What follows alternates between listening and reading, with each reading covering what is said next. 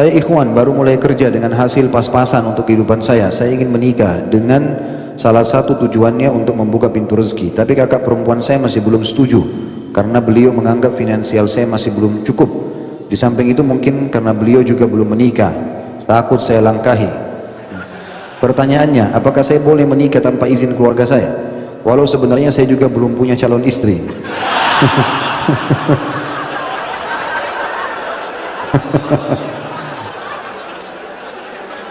Dari tadi kita baca di awal ini pikirannya sudah ada pas. Baiklah, kita hargai niat yang baik daripada antum yang tidak ada niat sama sekali. Pertama sekali, saudarinya nggak punya hak menahan ini. Nggak ada hubungannya antara pernikahan antum dengan adik atau kakak perempuan antum. Nggak ada hubungannya. Kalau ibu mungkin masih bisa jadi pertimbangan. Oh, saudari kita tahan, tidak usah nikah dulu, belum ini, tidak usah pedulikan, kebutuhan antum lihat, melangkah saja. Yang penting orang tua ridho. Itu berhubungan dengan masalah saudari, gitu kan? Jadi nggak ada hubungannya sama sekali dengan masalah dia menentukan atau tidak, gitu. Kalau masalah bolehkah menikah tanpa izin keluarga, boleh. Laki-laki tidak butuh wali. Antum beda sama perempuan, datang ke satu kampung, datang ke imam masjid, saya mau nikah, ditunjuk, menikah langsung, nggak ada masalah. Yang penting syarat-syarat pernikahan dipenuhi kan. Tetapi tata keramanya keluarga tahu ya. Apalagi kita harus iklankan, maka itu sangat baik kalau keluarga memang terlibat. Tapi khusus masalah apakah wajib izin atau tidak, tentu tidak ya. Tentu tidak. Dan saya sarankan tidak apa-apa, bismillah melangkah saja ya. Dan menikah saya sudah bilang, kalau pas-pasan menikah juga dengan wanita yang cukup dengan pas-pasan itu. Yang bedaknya 20.000 ya. Yang bisa makan nasi uduk, satu bungkus itu. Kalau cari yang biasa di mall belanja 2 juta tiap bulan susah gitu kan. Akhirnya kita utang sana sini. Jika istri pergi dari rumah, la haula wala quwata illa billah. Jika istri pergi dari rumah, gimana sikap saya? Istri saya sudah pergi 2 minggu. Istri saya sudah mengenal sunnah. Istri saya sering ikut kajian ustaz. Istri saya orang yang keras kepala. Saya sudah cari kemana-mana, termasuk ke tempat mertua di Palembang. Istri saya namanya, tidak usah disebut namanya ya. Apa yang harus saya lakukan Ustaz? Yang pertama, antum istighfar kepada Allah SWT. Muhasabah dulu. Mungkin ada dosa yang antum lakukan ya. Jadikan sebagai bahan muhasabah. Karena sebagian ulama salaf mengatakan, ini sebagian mereka mengatakan, saya mengetahui saya punya dosa kalau saya melihat perubahan terjadi pada istri saya. Disebutkan secara khusus istri, tunggangan saya, bahkan tikus yang masuk ke dalam rumah saya. Mereka anggap itu sebagai peringatan dari Allah. Jadi tidak ada salahnya antum istighfar kepada Allah SWT. Mungkin ada sesuatu salah antum tidak tahu dari makanan haram atau yang lainnya. Itu yang pertama. Yang kedua, tidak usah berhenti mencari dan berdoa, ikhtiar. Libatkan keluarga-keluarga, sampaikan pesan. Kalau memang saya salah, maka saya bersedia minta maaf. Kalau istri saya salah, saya mau siap rangkul, gitu kan. Jadi coba sebarkan itu. Tapi coba, sudah cukup banyak ikhwan yang menghadapi masalah seperti ini. Tapi akhirnya alhamdulillah dengan kesabaran dia, ketabahan dia, dengan dia muhasabah, maka Allah SWT mudahkan dia bisa menemukan. Walladzina jahadu fina lanahdiyannahum subulana, kata Allah. Orang yang berusaha untuk mencari, menempuh jalan-jalan menuju jalan kami akan mudahkan jalan-jalan kami. Di antaranya adalah orang ingin memperbaiki hubungan rumah tangganya. Insya Allah Allah kasih dia jalan keluar ya. Ini juga bahayanya teman-teman sekalian ya. Kalau misalnya antum yang bertanya ini tidak sampai pada tingkat memang menjadi penyebab istri pergi, maka berarti penyebabnya dari istri. Ini biasanya orang ketiga.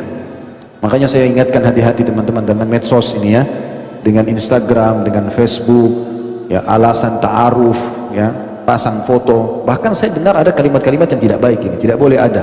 Ada sebagian akhwat kita ya, pada saat itu disampaikan, ini istri saya sempat bicara dan mengatakan, ada di antara akhwat yang mengatakan dia sudah harus punya kenalan ikhwah lain walaupun ada suaminya, cadangan kalau cerai sama suaminya ada yang siap menggantikan. Ini haram dalam Islam. Bagaimana cara? Nggak boleh ini. Itu urusan nanti. Kalau tidak kan gitu. Akhirnya nanti terbuka komunikasi tidak sehat dengan laki-laki itu, keluarlah syaitan menunggangi lisan dia dengan kalimat-kalimat yang mungkin suaminya tidak pernah ucapkan, maka dianggap laki-laki ini lebih baik. Itu terjadi perceraian. Tidak boleh ini semua ya. Kayak harusnya dijaga. Allah alam. Yang saya tahu, insya Allah dengan antum bersabar, berusaha, Allah SWT akan mudahkan nanti. Apakah memakai baju pemberian istri yang sudah meninggal dunia pahalanya akan mengalir atau amal jariah untuknya? Dalam kurung baju koko yang dipakai untuk sholat. Ya insya Allah ya, insya Allah. Ini termasuk suami yang masya Allah ini ya, masih mau mengenang istrinya walaupun sudah meninggal. Dan itu termasuk contoh dari Nabi SAW. Ya, beliau seringkali mengenang apapun yang berhubungan dengan Khadijah radhiyallahu anha. Dan ini menandakan cinta yang baik, ya, yang positif. Insya Allah bisa menjadi amal jariah itu.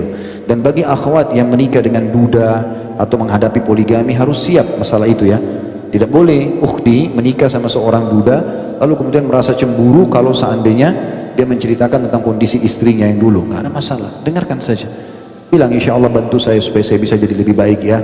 Mungkin saya bisa menjadi seperti dia atau saya bisa lebih baik. Itu yang dilakukan. Jangan malah ribut gara-gara masalah itu, ya. Tidak boleh sama sekali. Insya Allah tahun depan anak ingin menikah dengan akhwat yang baru mengaji, dia mengenal sunnah. Apa saran Ustaz agar anak dapat membimbing supaya calon anak istiqamah mengikuti sunnah? Komitmen aja sama-sama teman-teman sekalian, ya. Kalau saya sarankan majelis ilmu tidak boleh ditinggalkan. Setelah menikah tetap ada jadwal sama-sama menuntut ilmu, ya, mendengarkan ilmu, jadwalkan setiap hari, buat simbol tidak ada hari tanpa ilmu. Kemudian juga sama-sama menjalankan kewajiban-kewajiban dalam rumah tangga, ya, supaya bisa saling mengerti. 11 poin tadi yang saya jelaskan sebenarnya secara umum, itu insya Allah coba diterapkan, biidznillah akan langgeng rumah tangganya. Saya dan istri sama-sama bekerja, gaji istri saya lebih besar daripada saya, jadi segala kebutuhan rumah tangga kami bagi dua. Hal ini sudah kami bicarakan sebelum kami menikah. Bagaimana hukumnya Pak Ustaz? Saya selalu berdoa kepada Allah agar saya diberikan rezeki tambahan oleh Allah agar dapat menafkahi istri saya sepenuhnya dengan layak. Mohon doanya juga Ustaz, saat ini istri saya sedang mengandung usia 3 bulan setelah 3 tahun menikah. Semoga kelak anak kami dapat menjadi anak soleh dan soleha dan dapat menjadi penyejuk hati kami berdua. Insya Allah apa yang diniatkan Allah kabulkan biidznillah, dan semua muslimin dan muslimah juga yang punya hajat Allah subhanahu wa ta'ala penuhi selama itu kebaikan dan diridhoi oleh Allah subhanahu wa ta'ala. Kalau masalah kesepakatan, kalau sudah terjadi pembicaraan antara suami istri dan istri bersedia untuk terlibat dalam masalah nafkah rumah, nggak ada masalah. Yang penting bukan antum paksakan itu, bukan antum haruskan, antum mengatakan ini kebutuhan rumah 3 juta, gaji kamu kan 2 juta, kamu serahkan 2 juta semuanya, saya tambah 1 jutanya. Ini nggak boleh. Kalau dia ikrah, dia terpaksa, nggak boleh. Itu sama dengan antum mengambil harta secara batil, nggak boleh. Allah mengatakan wala taqulu amwalakum bainakum bil batil, tidak boleh kalian memakan harta kalian atau di antara kalian dengan cara batil, maksudnya tidak dengan hak, ya. Tapi kalau dia ridho, dia mau, ya, apalagi dia mengatakan sudah tidak usah saya dikasih nafkah, saya udah punya gaji, maka itu tidak ada masalah. Insya Allah tuh asal sama-sama ridho nggak ada masalah. Apakah boleh jika seseorang menikah adik istri yang sudah meninggal? Semoga Allah SWT meridai Ustaz dan ikhwah sekalian, ya, semoga Allah memudahkan urusan ikhwah di sini. Boleh kalau bukan poligami, ya. Boleh nggak kalau istri meninggal lalu kita menikahi kakak atau adiknya istri? Boleh, asal istri kita sudah cerai atau meninggal dunia. Tapi kalau disatukan dalam poligami nggak boleh. Allah katakan dalam Al-Quran masalah itu, a'udzubillahi minasyaitonirrajim wa an tajma'u bainal ukhtaini illa ma qad sabaq, ya. Dan tidak boleh kalian menggabungkan adik kakak dalam kehidupan rumah tangga kecuali yang sudah berlalu di masa jahiliyah. Tapi kalau sudah meninggal gak ada masalah, dan itu terjadi dalam kehidupan rumah tangga Nabi SAW pada saat beliau menikahkan Ruqayyah kepada Utsman bin Affan. Setelah meninggal dinikahkan lagi dengan Ummu Kalthum, ya. Makanya Utsman bin Affan dapat julukan Dzun Nurain, orang yang memiliki 2 cahaya, karena menikahi 2 anak Nabi alaihissalatu wassalam. Bagaimana jika akhwat incaran hobi dengan K-pop dan Korea-Koreaan? Bagaimana cara menasehatinya? Sedangkan dia belum menjadi tanggung jawab dan muhrim saya. Kenapa antum harus nikah dengan begini? K-pop dan segala. Cari yang muslim, ya muslim. Ikut Korea kenapa? Untuk apa ini? Ya. Jadi tidak usah jadikan incaran begitu. Yang incaran ini teman-teman, orang menikah bukan hanya sekedar teman, ya. Bukan hanya sekedar menjadi pacar yang halal, bukan. Dia memang akan jadi ibu anak-anak kita, akan jadi kadang-kadang di satu sisi dia bisa menjadi teman, sahabat bertanya, bisa menjadi tempat untuk berbicara, tempat teman untuk berbicara, bisa segala macam, fungsinya banyak sekali istri itu. Jadi bukan hanya sekedar istri menikah kemudian hanya dinikmati dari sisi biologis, bukan itu, terlalu sempit kalau rumah tangga seperti itu. Makanya teman-teman harus wanita yang dewasa, yang bijaksana, ya, yang sudah siap untuk menjadi istri. Kalau antum habiskan waktu hanya untuk mengurus dia dengan kekanak-kanakannya, dengan pergaulannya, ini habis waktu untuk apa? Apalagi teman-teman yang pekerja keras, Masya Allah sudah kerja di Jakarta, butuh istri yang sudah mapan, yang siap untuk masak. Kita pulang ke rumah, rumah sudah siap, dia juga sudah siap, bukan lagi baru dipandu ya. Maka ini poin yang harus dijadikan sebagai bahan pertimbangan. Allah alam, yang saya tahu begitu. Bahkan saya tahu seorang ikhwah, dia mengatakan, Ustaz, saya salah nggak? Kalau saya S1, saya ingin cari istri saya yang S2. Kalau saya S2, saya ingin cari yang S3. Saya tanya kenapa? Karena saya ingin seorang istri, Ustaz, yang sudah siap untuk melayani saya di rumah. Saya bilang nggak salah, bisa saja. Karena memang ada orang tidak mampu, teman-teman, mengurus anak yang masih 17 tahun, 15 tahun, 18 tahun, sibuk. Ya, kita pulang bukannya siap makanan, malah minta permen.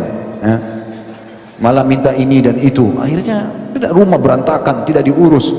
Nah, itu bukan itu yang diharapkan dalam rumah tangga. Diharapkan orang yang sangat mapan. Makanya perlu tahu keluarganya, perlu berbicara sama keluarganya, ya, sampai di mana pendidikan rumah tangga itu yang sudah diajarkan oleh orang tuanya. Ada orang tua Masya Allah bijak, anak-anaknya dari kecil sudah dilibatkan di dapur, anak perempuannya sudah dilibatkan dalam membersihkan rumah, dilibatkan untuk menjaga adik-adik yang kecil, jadi dia sudah terbiasa. Ada tidak sama sekali ya. Ada sebagian ikhwah menikah dengan seorang akhwat yang Masya Allah di pengajian jilbabnya besar segala macam, begitu kita dia kaget. Jadi tidak tahu masak, tidak tahu buat masak nasi, nggak tahu gitu. Gimana caranya? Harus suami yang ajarin. Apalagi kalau goreng, apalagi kalau ini, belum pakaian harus minta sama orang tuanya terus, orang tuanya yang cuciin bajunya, orang tuanya segala macam. Ini tidak mendidik, sehingga ia tidak mapan gitu kan. Kita butuh rumah tangga, teman-teman, orang yang sudah mapan. Ambil ilmu itu penting, betul bagi yang belum menikah. Orang-orang yang mau dinikahi itu harus yang sudah siap menjadi istri.